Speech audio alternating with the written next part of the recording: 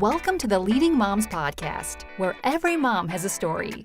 Our aim is for each mom to recognize her significance and belonging, gain a sense of mastery, and be impactful in her business, community, or the simple everyday of her family.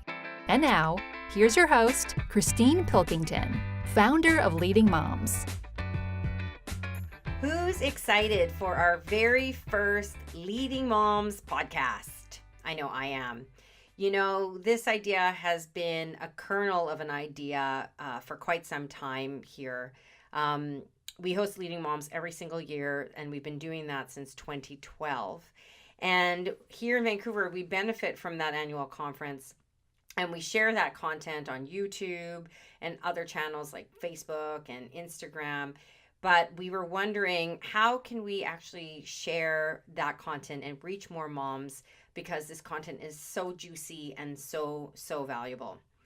If you haven't been to a Leading Moms or you haven't heard of Leading Moms, for those of you who aren't in the know, Leading Moms is an annual conference that we host in Vancouver, BC.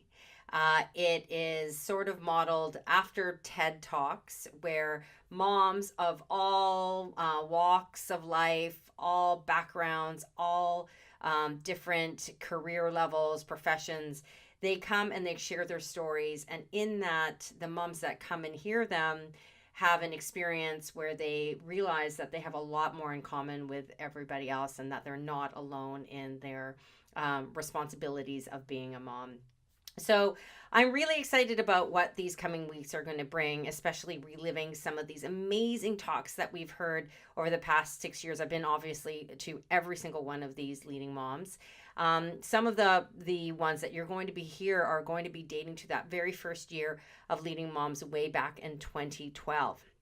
So we're going to be talking about mental health, sports, we're going to be talking about cancer, but also have some really good feel-good stories, including one talk that had the room so quiet that you could hear a pin drop. That's how captivated the audience was with this mom's story. But first, our first talk.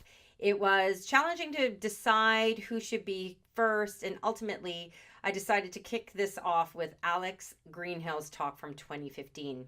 After this talk, I had women from the audience just tell me, you know, how it was just so hard for them to ask for help, and how overwhelmed they felt, and that Alex's advice was just something, a little bit of a touchstone that they could hang on to. So Dr. Alex Greenhill is a physician and tech entrepreneur. She's a woman who has been recognized several times over for her accomplishments as a formidable businesswoman, having co-founded myBestHelper, a platform that connects parents with caregivers, as well as founder and chief medical officer of Careteam Technologies. She's also truly one of the hardest working women I know, and who truly has this really unstoppable attitude, but still who has the time to connect and to share. She's just so generous with her time and imparting knowledge to other women in the community. So here's Alex Greenhill. Thank you, Christine. I didn't bring slides on purpose. As a physician educator, I'm a master of the slide deck, but I thought that we can have a very intimate 200 people conversation right here, right now, for the next few minutes. And so before I share with you something that I have learned the hard way and I have found solutions for, I just want to explain a little bit, because people usually say, like, a physician tech CEO, like, how does that happen? And it's a long story, but I will make it very short. I was an emergency physician, and one of my insights in the emergency room was that most of the things that hit the emergency room shouldn't have come to the emergency room in the first place. So after many years of saving people's lives in the last crisis moment, I decided to do something about it and got involved in healthcare policy. And so that led me from Montreal to Ottawa to then Vancouver. I was involved in major initiatives implementing electronic medical records, primary care reforms, women's issues, you name it. And all of my work was receiving a lot of awards and recognitions, and I didn't feel happy with what I was doing, because I didn't see a change that impacted real people in real day life. I mean, some things were somewhat better, but marginally so. It wasn't anything that was like denting the universe. And suddenly, all these Star Trek stories that we grew up on, where you have a tricorder and the doctor just heals you, none of that was becoming a reality. And then I started reading more and more and being very evidence-oriented, evidence-based, is 70% of illnesses, the big ones, so heart attacks, strokes, cancer, colon, ulcerative colitis, Crohn's, all of these things are completely due to stress, either induced by or worsened or triggered, and the stress that we're talking about is not major life stress, such as, I lost a loved one in the 9/11 crash of the towers, but it was the daily grind that we kind of push aside and say, it's not a big deal, it's just one little thing.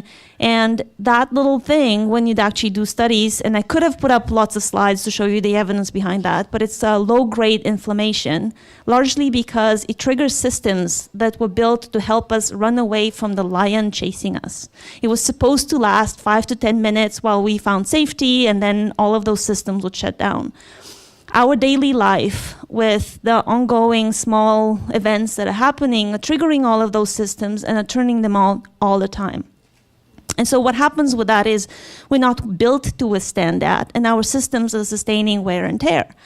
And so I had an epiphany, and I kind of said, hey, healthcare establishment, shouldn't we do something about that instead of saving people once they're sick and spending millions of dollars doing that? And people basically big yawn and said, yeah, we know all of that, but we have these fires going on over here, so there's no resources to spend over there where we could have prevented the fire in the first place. And so doing the same thing, expecting a different outcome, is the definition of insanity. And I said, well, I can't participate in this insanity. I think I have a way of finding a different way forwards. And so my different way forwards started with me and say, hey, I'm an N of 1. What if I actually applied some of those insights in my own life and saw what kind of an impact that would have? And so those insights did work for me, and I'm now happy to share them with you. And so the first step, and it seems like a very small, obvious little step, is my default answer for somebody who offered help became yes. Before these insights, when people said, can I give you a hand, the proud, independent, oh, I can get it done, no problem, me would say, no, I'm okay, thank you. And then I just changed, and I said, people asking me, offering me help at work, people offering me help at home, I would say, yes. And then things happened. That created capacity. They might have said something, yes, that I could have done myself, but now somebody else was doing it, and therefore I had more time to do something else that mattered to me. And it was fun. Like, people would actually then stay over and have coffee, and I would see my friends more often. And so the most immediate impact of that was great. So many people here in the room have that policy already. Am I preaching to the converted? Are you the kind of people that when people offer help, you are like, yes? Okay. All right, some of you, but some of you need some more extra work. So the second step on that journey is crossing the psychological divide and actually saying, can you please help me? So asking for help. And that requires some bravery, because most people don't want to offend, they don't want to impose, they're not sure if it's going to get done our way, I don't want to owe you. And so it's more threatening to move into that space and ask for help. But I can assure you wonderful things happen.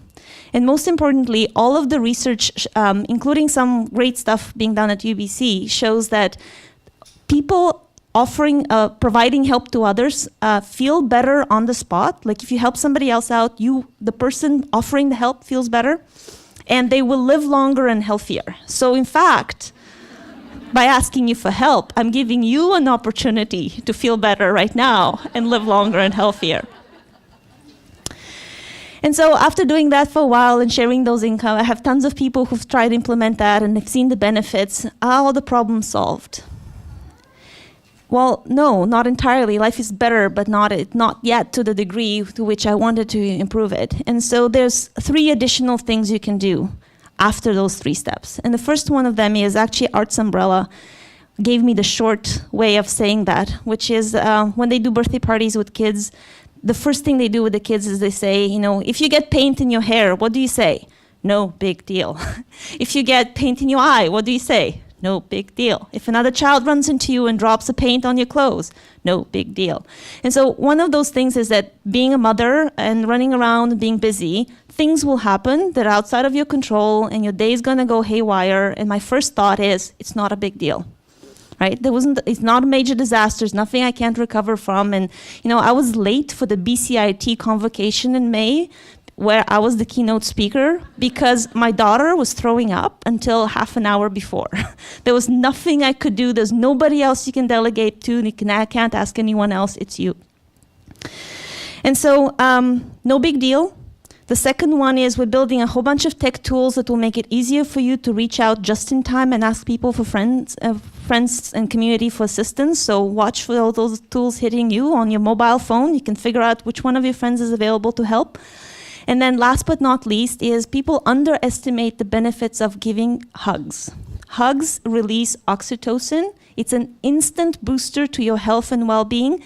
And if there's nobody around to give you a hug, giving yourself a hug totally works. So doctor prescribed 90 seconds, wrap your hands around yourself and tell yourself, I'm awesome. So this is, I welcome questions and interaction. I'll stay for later on, but accept help, ask for help, offer help. If things go haywire, no big deal. And then, whenever you ever get a chance to give a hug or receive a hug, I would also recommend take it. Thanks for listening to this episode of the Leading Moms Podcast. Did you know the success of our podcast relies on reviews from our listeners? To leave a review, visit leadingmoms.ca/review. Until next time.